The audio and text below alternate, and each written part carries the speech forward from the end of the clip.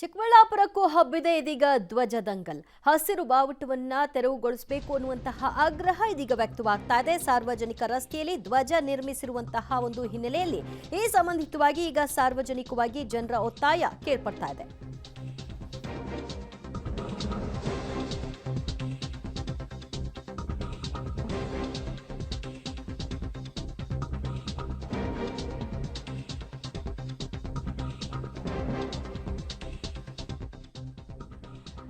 ಧ್ವಜದ ದಂಗಲ್ ಈಗ ಚಿಕ್ಕಬಳ್ಳಾಪುರಕ್ಕೂ ಕೂಡ ಕಾಲಿಟ್ಟಾಗಿದೆ. ಸಾರ್ವಜನಿಕ ರಸ್ತೆಯಲ್ಲಿ ಧ್ವಜವನ್ನ ನಿರ್ಮಿಸಿ ಹಸಿರು ಬಾವುಟವನ್ನ ಹಾರಾಟ ಮಾಡಲಾಗಿರುವಂತಹದ್ದು.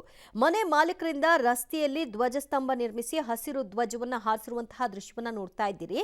ನಗರಸಭೆಗೆ ಮೌಖಿಕ ಈಗ ದೂರನ್ನ ಸಾರ್ವಜನಿಕರು ಸಲ್ಲಿಕೆ ಮಾಡಿದ್ದಾರೆ. ಈ ಧ್ವಜವನ್ನ ತೆರವುಗೊಳಿಸಬೇಕು, ಸಾರ್ವಜನಿಕ ಜಾಗದಲ್ಲಿ ಈ ರೀತಿಯಾಗಿ ಧ್ವಜಗಳನ್ನ ಹಾರಾಡಲಿಕ್ಕೆ ಅವಕಾಶ ಮಾಡಿಕೊಡಬಾರದು ಅಂತ. ಸೊ ಮಾಹಿತಿಯನ್ನು ಆಧರಿಸಿ ಸ್ಥಳಕ್ಕೆ ಕಮಿಷನರ್ ಮತ್ತು PSI ಭೇಟಿ ಕೊಟ್ಟು ಪರಿಶೀಲನೆ ನಡೆಸಿ ಆ ಬಗ್ಗೆ ಮನವರಿಕೆ ಮಾಡುವ ಕೆಲಸವನ್ನ ಮಾಡಿದ್ದಾರೆ. ಮತ್ತಷ್ಟು ಮಾಹಿತಿ ಪಡೆಯೋಣ ನಮ್ಮ ಪ್ರತಿನಿಧಿ ಮಧುಕೃಷ್ಣ. ಸದ್ಯ ಈಗ ದೂರಿನ ಆಧಾರದ ಹಿನ್ನೆಲೆಯಲ್ಲಿ ಅದನ್ನ ತೆರವು ಮಾಡಿದ್ರ ಏನ್ ನಿರ್ಧಾರಕ್ಕೆ ಬರಲಾಗಿದೆ?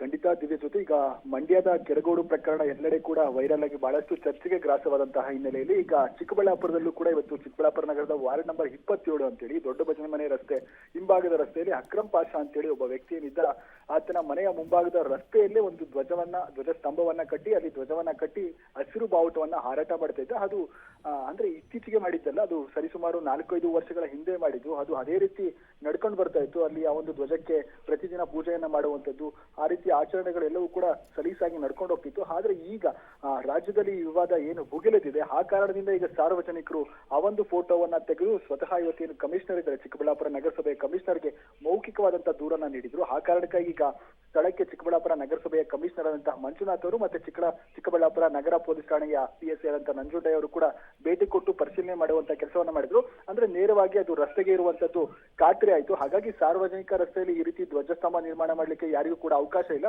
ಹಾಗಾಗಿ ಅದು ಅನುಮತಿಯನ್ನು ಪಡೆದಿಲ್ಲ. ಆ ಕಾರಣಕ್ಕಾಗಿ ಅದನ್ನ ತೆರವು ಮಾಡಬೇಕು ಅನ್ನೋ ಸೂಚನೆಯನ್ನ ಈಗ ಕಮಿಷನರ್ ಕಟ್ಟುನಿಟ್ಟಾಗಿ ಕೊಟ್ಟಿದ್ದಾರೆ. ಹಾಗಾಗಿ ಈಗ ಸದ್ಯಕ್ಕೆ ಹಗಲಿನಲ್ಲಿ ಮಾಡಿದ್ರೆ ಒಂದಷ್ಟು ಸಮಸ್ಯೆ ಆಗ್ಬೋದು ಅನ್ನೋ ಒಂದು ಕಾರಣಕ್ಕೆ ಅದನ್ನ ಇಂದು ರಾತ್ರಿ ತೆರವು ಮಾಡೋದಕ್ಕೆ ಎಲ್ಲಾ ರೀತಿಯ ಸಿದ್ಧತೆಗಳನ್ನ ಮಾಡಿಕೊಳ್ಳಲಾಗ್ತಾ ಇದೆ. ದಿವ್ಯಜ್ಯೋತಿ. ಥ್ಯಾಂಕ್ ಯು ಮಧುಕೃಷ್ಣ, ನಿಮ್ಮೆಲ್ಲ ಮಾಹಿತಿಗೆ.